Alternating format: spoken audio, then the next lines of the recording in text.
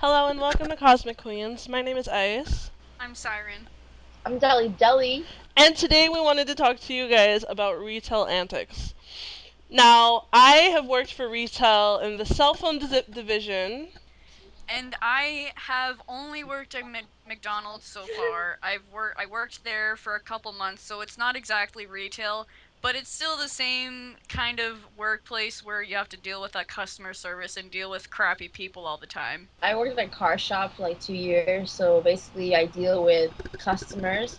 I worked at the front desk, but I deal with the customers. I deal with everything that has to do with paying estimates, payroll, all the stuff. I also dealt with the employee and also dealt with like going behind the operate, basically behind like mechanics operations. So, there are three types of problems in retail. The first is the customer, the The second is the coworker. coworker, and the third is the boss. Mhm. Now, I don't mean that in like general. I mean that at certain times, obviously. One of my favorite experiences, I guess, with what I mean by it before I even go into that is we all have our moments, with our customers. We've had bad customers before. We've had coworkers who like to talk a lot. We've had bosses who are in power and think they're king of the world, so or God or whatever. So you have to listen to them. Preach. Me specifically, even though I worked in like a very stressful and fast-paced environment, I did not deal with many customers that were mean to me or any coworkers, any managers. None of them are really that mean to me. However, like I do have a couple stories, but since it was such a like fast-paced place, it would always give me like anxiety to go there and I would always be scared of screwing up and that type of thing. Yeah, when you first go into a job, especially in the beginning, I know everyone's first feelings are like, I'm supposed to know how to count money fast. I'm supposed to know how to deal with a customer. Like, I don't know if I'm gonna learn this as fast as everyone's gonna learn it. Honestly, most jobs, especially retail, are always experience training. So you're gonna learn as you go. So everyone messes up in the beginning. Everyone fucks up in the beginning. I know. Matter of factly, I've had a register over under like $200, and no one was ever able to find it. And no one took the money. It was just I wasn't quick enough to put the money in the register, or to count it right, or to ring up the right thing. So I mean, we all have our mistakes. A lot of the time, coworkers understand.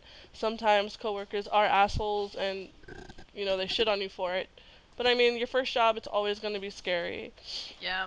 It's Let always hard to learn training too, like when you just start out because like with McDonald's specifically, like you have to learn like so many menu items and you have to memorize it. I remember one of my experiences that gave me a lot of anxiety.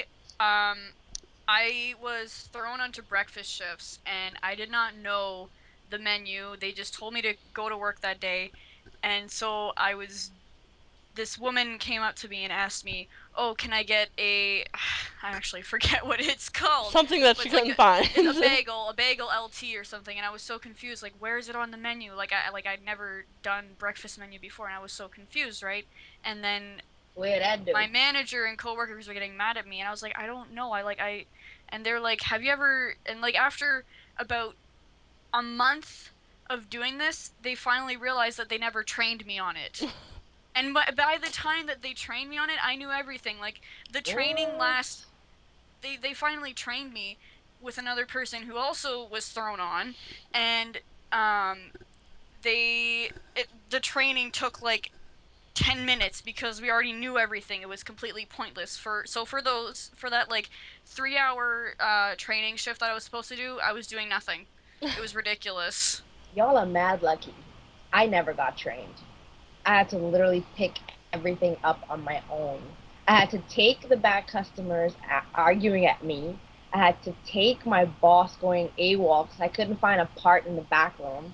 I had to sit down there and learn inventory upon inventory. I was basically up late afternoons. I used to spend an hour after my usual work time to like learn like different car parts, go in the back in the storeroom to like literally look through breaks. I actually was the best when I finished working there. I was actually the best person in finding brake pads. Like anybody would come and bring an old freight pad, and I would be able to find it like that. But literally, I had to learn QuickBooks. I had to learn how to do payroll. I had to learn how to do estimates, and basically by looking at a vehicle, where to find the actual vehicles like parts. I had to like basically find everything on my own. Y'all are lucky that you got training. Like I didn't get that level of understanding probably after like maybe a year and a half of working there. I'm gonna be completely honest with you when I say I was never trained in any of the jobs that I did. Every job I did, I don't remember having anyone come sit next to me and tell me how to do it.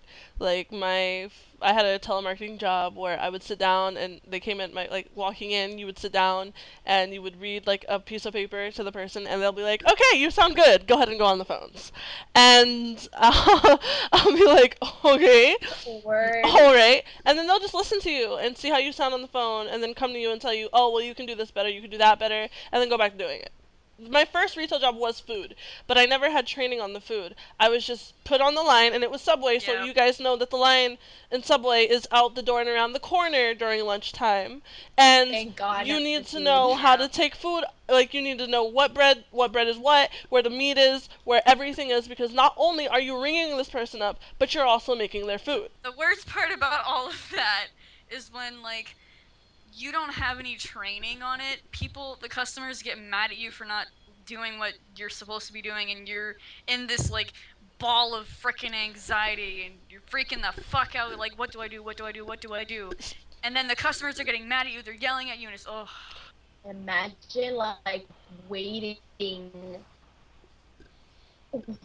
Imagine making a customer wait for an hour to look for something. My boss came in one time and he flipped the fuck out on me in front of the customer. Not only did I get pissed off and route him back, the customer left with no part. And then I found it. Speaking of which, speaking of customers that have gone crazy insane, they always get mad at you when you don't know something. But then Yep. there was one point where there was actually 3 points in each job I had.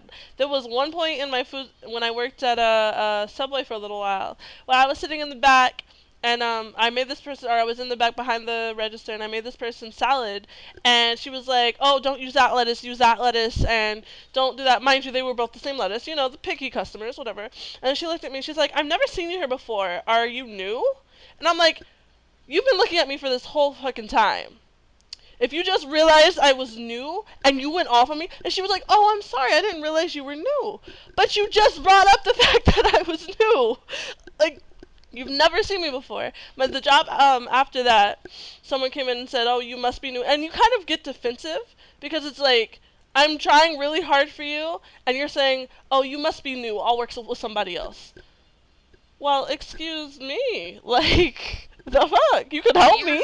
Even Like, even if you're a customer, you need to respect the workers and I vice I versa. I actually read the most hilarious thing on Tumblr or some social network recently, where they were like, if you ever are ever really rude to someone who works in retail, imagine your name and your voice and what you argued with that person in retail about. Imagine that being echoed and mocked in the back of that same retail Yes. store for the rest of the time that people work there, because Yep. that's gonna be your legend. I've That's done what you are Yep. gonna be There's a known Yep. for. There's this girl, there's this woman in McDonald's named Balloon Lady.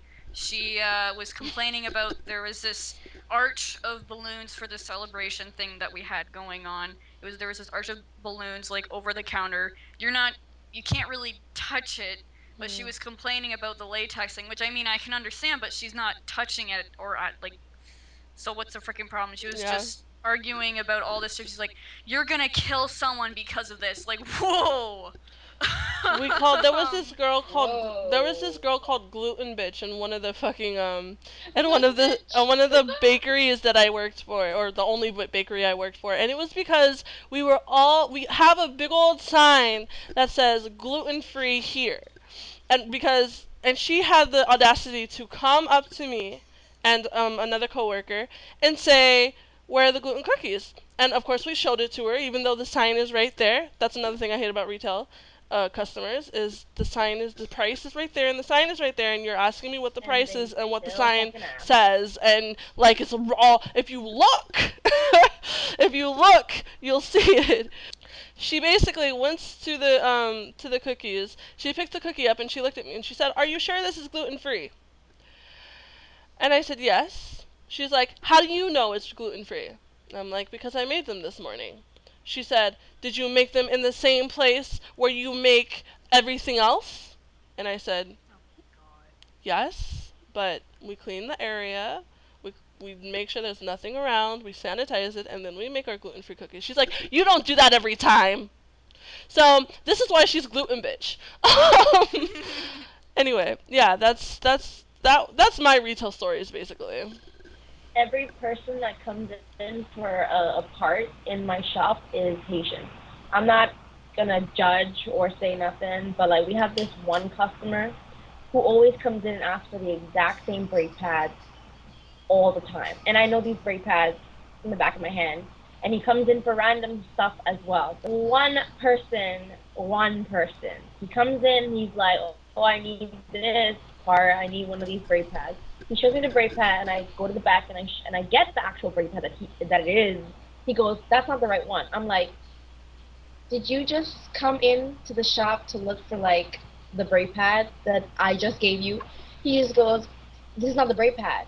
It's different. Look at the sides." And I'm looking at the sides and I'm basically telling him that this is the brake pad. He goes, "I won't take this brake pad because it's not the right one." So I gave him a similar one. He takes it, he pays for it. He comes back 20 minutes later saying it's a wrong brake pad. I'm like, "But the first one I gave you didn't like did you not tell me that it wasn't for your car?" I'm just like, "Bitch." So I give him the brake pad, the original brake pad that I gave him. And then he comes back and apologizes to me. "Oh, I'm sorry, that was the actual brake pad." And I'm like, "You are trying me today. You really are." But anyways, guys, So yeah, that's basically our stories when it comes to retail. At the end of the day, the moral of the story I think is for all you customers out there, be nicer to customer service because I think the reasons why we backlash at people sometimes is because we've dealt with very disrespectful customers and we're Yep. honestly at the end of the day we're not against you. We're not trying to push you out the door most of We're the time. humans too. Like, Most of the time, we're not trying to push you out most the of door. the time. Don't most of come the at the end of the day. Don't come at like five Oh my Don't o'clock. God. come back, bitch. Don't come at like 5 o'clock when I'm about to close in literally 2 minutes. Yo, they have to like, be No. seriously like urgent. of course I'm gonna have a little bit of an attitude because I'm trying to go home. I've been working all day on my feet for like 10 hours. Hell yeah. Yeah. like, but anyway, at the end of the day, be nicer to us. We'll be as nice as we should be to you. And yeah, we'll do our best to help you when no one's trying to hurt you. So be nice to us. I feel like that's the moral of this one. And you guys always have the right anyway, so like, Yeah, customers are always right. Like, so no I matter what mean, you do, even if you're Speak. wrong, you're right. I can't look at you Yeah. and say you're stupid. So I mean, like, be but what happy we that I'm won't actually not doing tolerate, that. but what we won't Yeah. tolerate is disrespect or vulgar actions towards us, If basically. you disrespect me, I'm going to make you look stupid in the right way. That's it. That's it. Like Amen. I'm gonna kill you with kindness, and you're gonna feel bad before you leave. Like, but Hell yeah, but yeah. that's it. That's really all we have for today. Like we say in every podcast before this one, follow us, subscribe, like us, share us with your friends, listen to our bloopers because they're amazing. Support Yes. us They're and support yourselves. amazing. Fuck you. Because Shannon and said so. Oh, shut up. That was a blooper. and and have a good night. And remember, be nice to your customer service, and customer service, be as nice as you can to your customers. Have a Love good night, us. everyone. Good night. Night.